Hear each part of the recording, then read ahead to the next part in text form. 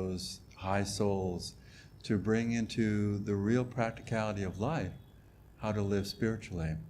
And this is really the role of our guru, of Paramahansa Yogananda Ji, that he set in motion a fresh expression of who we are in this time, in this new age of Dwapara Yuga. And he drew to him deep disciples, including Swami Kriyananda Ji.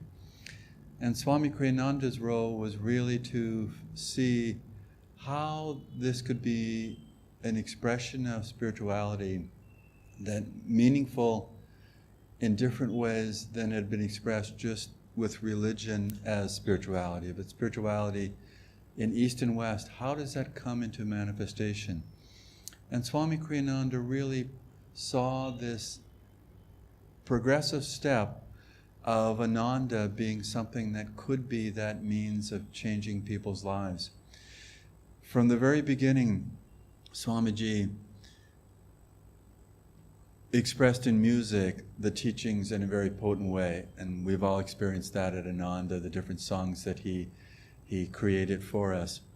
From the very beginning, that he said the theme song of Ananda in those early years was a song called Go On Alone. Very interesting.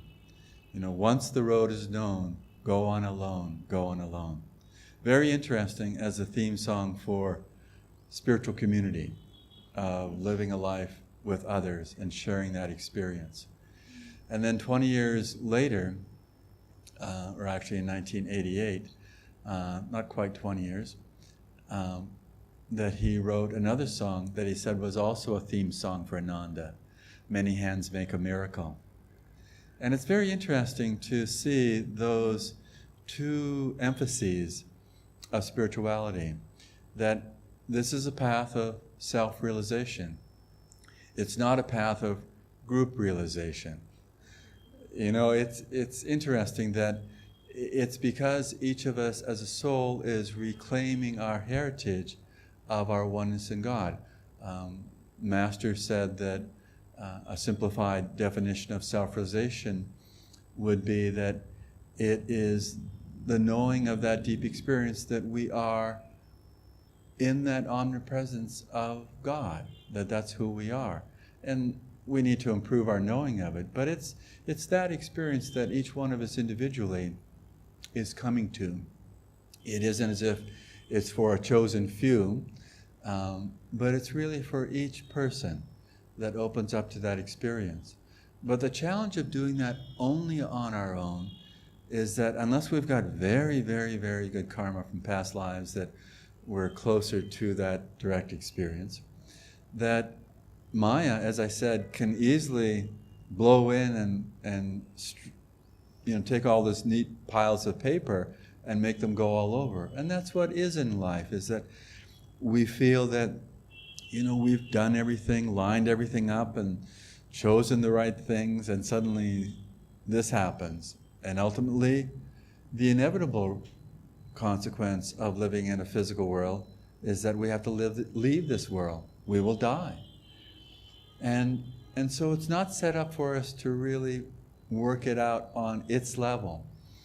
It's only going to work out if we supersede, go beyond and above the world of duality.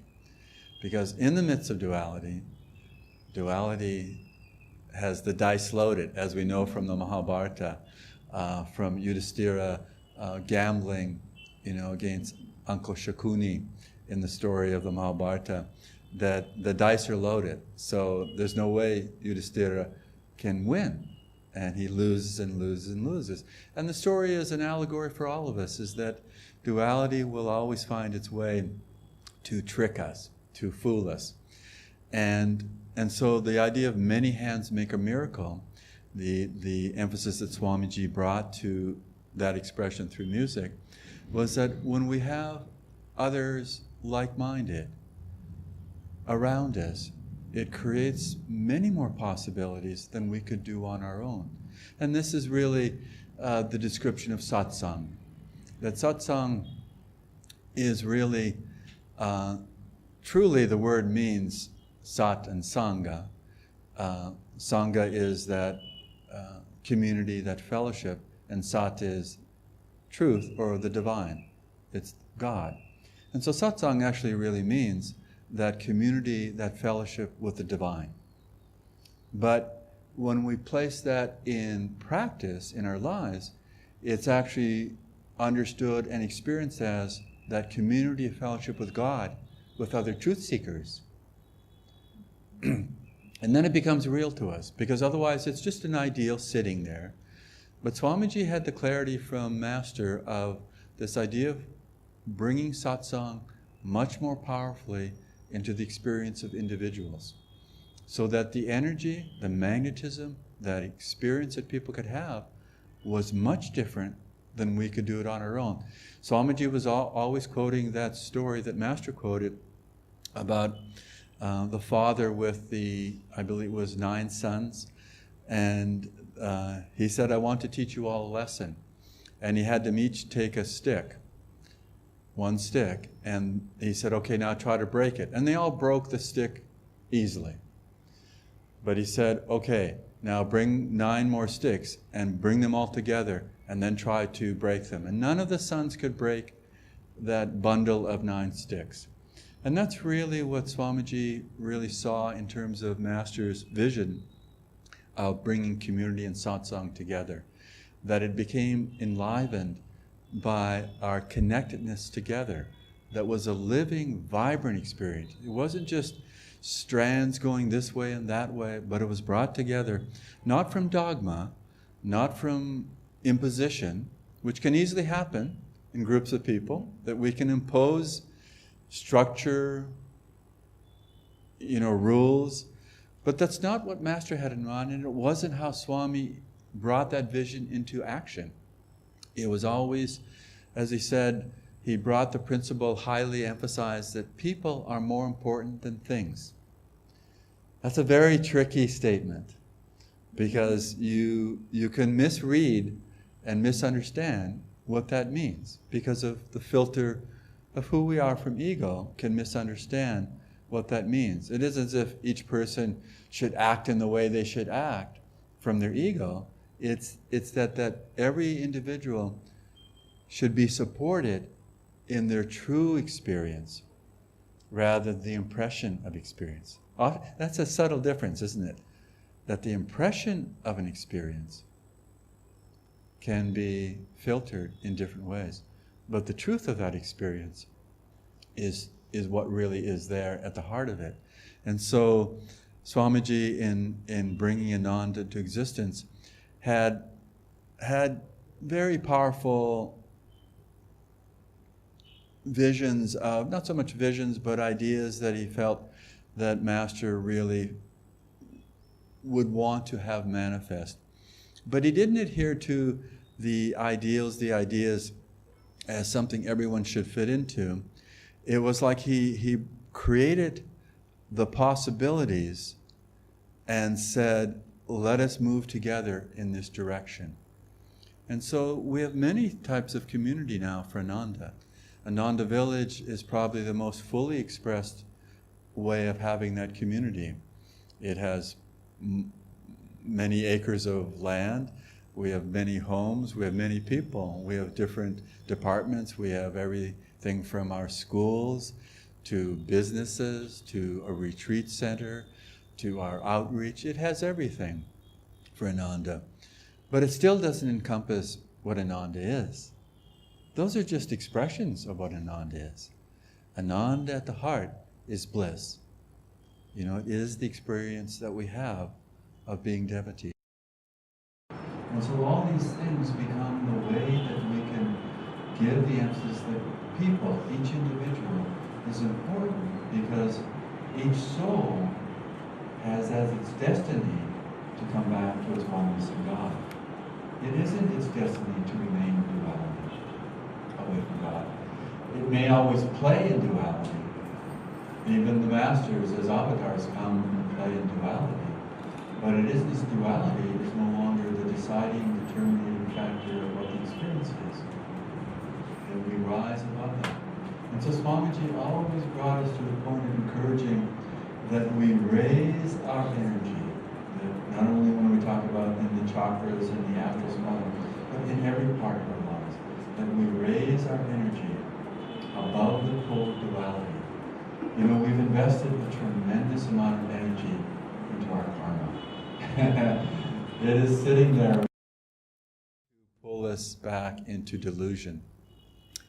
And it's when we're able to generate with the masters, with the divine, enough flow of energy to create a magnetism that is above all the energy of the karma. That's when we are freed. That's when we become jivan muktas. And Swamiji's always brought to focus that it is possible for us in this lifetime, as Master promised, that we could become jivan muktas, freed while living. And he encouraged us to really find how that is meaningful to us. Again, not only through affirmation, which is very powerful. Devi spoke the other evening about affirmations, how powerful they are. But affirmation is really the experience of us knowing these truths. It isn't just mentally bringing to focus. That's the beginning phase of affirmation. But affirmation is really coming to the direct acceptance of the experience of that quality. And Swamiji was always giving us that encouragement. When we stumbled, when we fell in our karma, he said, remember, it's not that you have failed, you simply have not succeeded yet. Very minor shift of where we're emphasizing, but makes a world of difference of what can happen for us. So the potential is no longer in the future. The potential is in the next step that we take. And so Swamiji often quoted then the Vedic saying of Yata Dharma Stata Jaya. Where there is adherence to Dharma, there is victory. And he allowed us to come to that experience. He didn't impose it on us. He didn't say, you must. It was always an invitation. And sometimes we missed understanding the invitation. You know, it's easy at times when you're wrapped up in your daily life and concerns. But he would always be patient. And sometimes he would be strong to us, but he always had this infinite patience to encourage us. And there are several instances in my own life where I perhaps didn't live to the highest in something that Swamiji had given me to do. And I remember one time feeling that I had blown it. And he was strong to me. He wasn't, sweet and nurturing outwardly. He was very strong. But what I could feel from him was he was nurturing at the level where my soul needed to have that correction. He didn't hold back. But he knew that I was willing to accept it. Although I was in tears from that interaction with him. But in time, it became one of the cornerstones of how I've lived my life. That's how powerful it was. This was decades ago. But even to this day, I hold to that corrective that Swamiji gave me to lift the energy and always rise above the pull of the downward energy. And Swamiji was always saying that Ananda was that expression that will allow the support from many others to always rise to their highest. And so we are like mirrors to one another. We're creating possibilities for one another. We're seeing that when someone is struggling, we don't have to accept that that is who they are. We can accept that their karma is facing them and they need to deal with that. But we don't have to identify them with that karma, with that struggle. We can, in satsang, in community, and what Ananda is really about, is to accept that each one of us is a soul aspiring to come back to its highest experience in that omnipresence of God's touch in our lives. And not only touch, but that fullness that we are one in God. And Ananda, in so many different ways, has come to express that. Whether it's here in India or in different parts of the world or in America.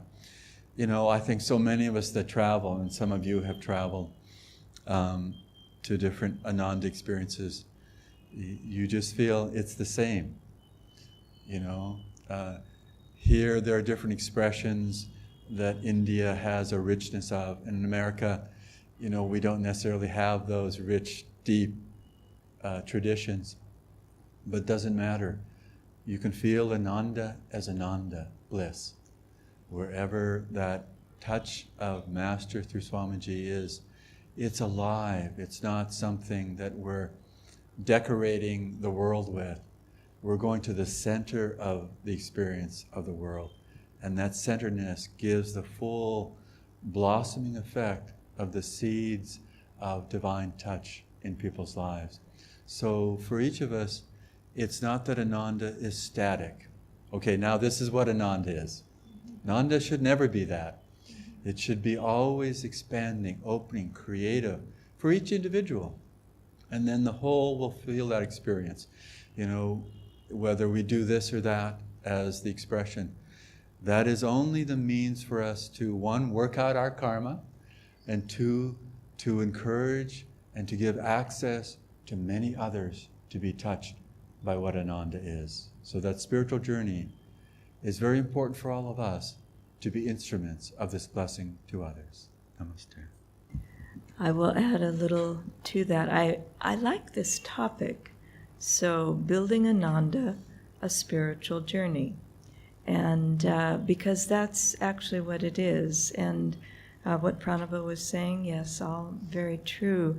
But so many people, I don't know about India, but in America, when you talk about spirituality and use the term community, and not ashram so much, but community, people come with a lot of preconceived ideas about what that means.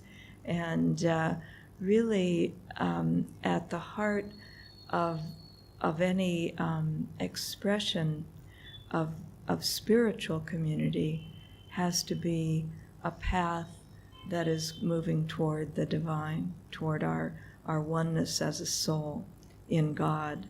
And I was just remembering that when I came to Ananda early 1970s, that for about, and this is my memory of it, for about a 10-year period, I think every year when we had Spiritual Renewal Week, which was a whole week of classes, and for those 10 years, Swami did them all. He did all the morning classes, he did all the evening satsangs. He was Spiritual Renewal Week. But I also remember that he would start out talking about the cosmic gases, and then he would bring it down to yoga, to Patanjali's steps, to the yamas and niyamas, asana, really what yoga was all about. And he would play that out and describe that to us and draw us into that understanding year after year after year. Because in America, all of that was very new. And it was coming into understanding, but then there would be a lot of different kinds of understanding of that. But I always felt that Swami Kriyananda, being a direct disciple of Yogananda and being very orthodox to what Yogananda taught in the deepest way, not orthodox, as Pranaba said, not a box, but orthodox from the soul inward out. And so when he would talk to us about these things, it wasn't just what he was saying, it was the vibration and the consciousness with which he was saying it. And so So building Ananda, a spiritual journey, is really exactly, I think the reason I like the topic so much is it's not always understood that that's what Ananda is. And it really is about our own unique individual spiritual journeys. But then also, as Pranaba was saying, you have to have satsang to really bring that into clarity and to have the support. Also, I'd like to mention that both my experiences with Ananda in America and in Europe as well, Pranaba and I have lived many places with Ananda all over the United States and in Europe, in Italy as well, our ashram there, that it really asks of you that you take that spirituality, that spiritual journey on as your own. It has to be done by each individual. And then you find people within the broader Sangha, the broader fellowship, that really can help you as an individual. It's curious about that because at Ananda Village there's 200 people, adults. But there are certain people that I've known over the years that I connect with. And it's because I know they in particular can help me. They'll always hold out what Swami Kriyananda held out, Dharma and truth. And truth about me. Just what Pranaba said, if I say something, they're my friend, they'll say, well, that's not quite right. Or I don't think you got that quite right. Anyway, there'll be a real, a deep spiritual friendship, because that's really what's most valuable. Just to get together and have satsangs like this is very helpful, really is a wonderful blessing. But also within, I would suggest to you, within the Sangha here in Pune, really look for those other people who you feel can help you grow spiritually. Because it's not just everybody, it's not just a group thing, but there's a connection there, a deep spiritual friendship that as Master Yogananda said, comes from other lifetimes. And so he said, when you feel that kind of natural friendship with other people, spiritually, really build on that. Don't just say, oh yeah, that, of course that's there. No, that's a special connection there. And it can really be an incredible support for you spiritually. So that's an interesting thing just to keep in mind. But the spiritual journey for me has been all those years of Swami talking about Patanjali and Yogas Chitta Vritti Nirod. We heard all the time that term. And then he would tell us what it meant, and but he would come back to it again and again because it's at the core of the teachings. And so I always felt that although it was the same story at Spiritual Renewal Week, it was always new. It was always an adventure. Because why? Because I was new. Because each year that happened, I had one more year to practice Kriya Yoga, one more year to meditate every day, one more year to test out my attitudes. We used to joke about Haridas, who is in Bangalore. We used to joke about the unwillingness monster who would jump on your back and put you in a mood, and then you'd say, somebody'd say, oh, can you help me with this? No, I can't do that. I don't want to do that. I'm unwilling, And so we joke about things that are really very serious spiritually, but we lighten it up in that way among Guru Bhais, among friends. And so we do things like that to keep it fresh, to keep it alive and happening, it being our spiritual life. And Swami made an interesting comment at one time. He said, with Ananda village and the meditation retreat there, we were very isolated in the early years. Isolated because we were 15 miles from a very small town, Nevada City. People, not everyone had a car, and we were just with each other. And Swami at one point, he said, that could get very boring for a lot of groups of people, that you would just see the same people every day, and not a lot, 90 people maybe, and now we're having lunch again together, and now we're meditating. But there was this quality always there because of Swami Kriyananda, but also because of our engaging in the spiritual path that made it ever new. And so, we have that chant, ever new joy. It was like that. It was ever new joy for the people that were living there who were really serious about their spiritual life. And then it just created this connection among us, the core group. And the core group was not like Swami came along and said, oh, you're part of the core group, you're part of your... The core group was those who chose to be part of the core and to really engage spiritually. And so I knew people in the early years at Ananda that I thought I would never have known a person like that on my own out in the world. But they're very unique individuals, but we were drawn together for a common purpose, and it was a soul purpose. And so that deeper connection was always there.